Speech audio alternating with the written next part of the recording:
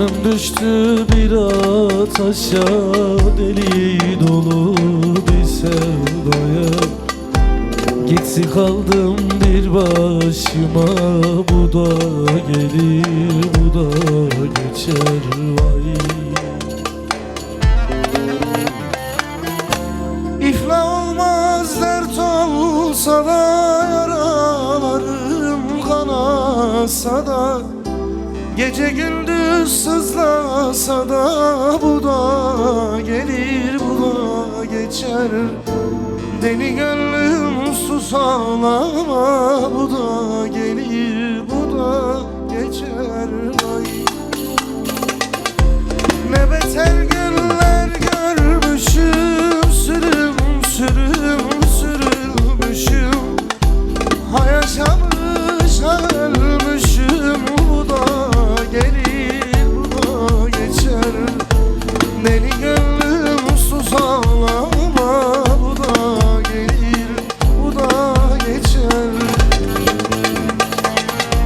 Ne beter günler görmüşüm, sürüm sürüm sürülmüşüm. Ha yaşamış ha ölmüşüm, bu da gelir bu da geçer. Deli gönlüm sus ağlama, bu da gelir bu da geçer.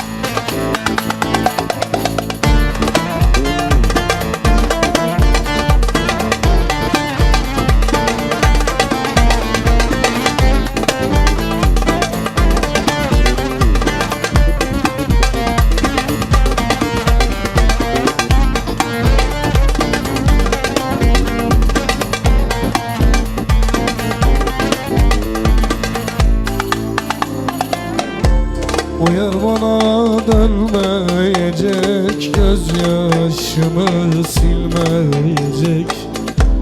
Niyeti var öldürecek, bu da gelir bu da geçer vay. İflah olmaz dert olsa da, yaralarım kanasa da, gece gündüz sızlasa da, bu da gelir bu da geçer. Deli gönlüm sus ağlama, bu da gelir bu da geçer.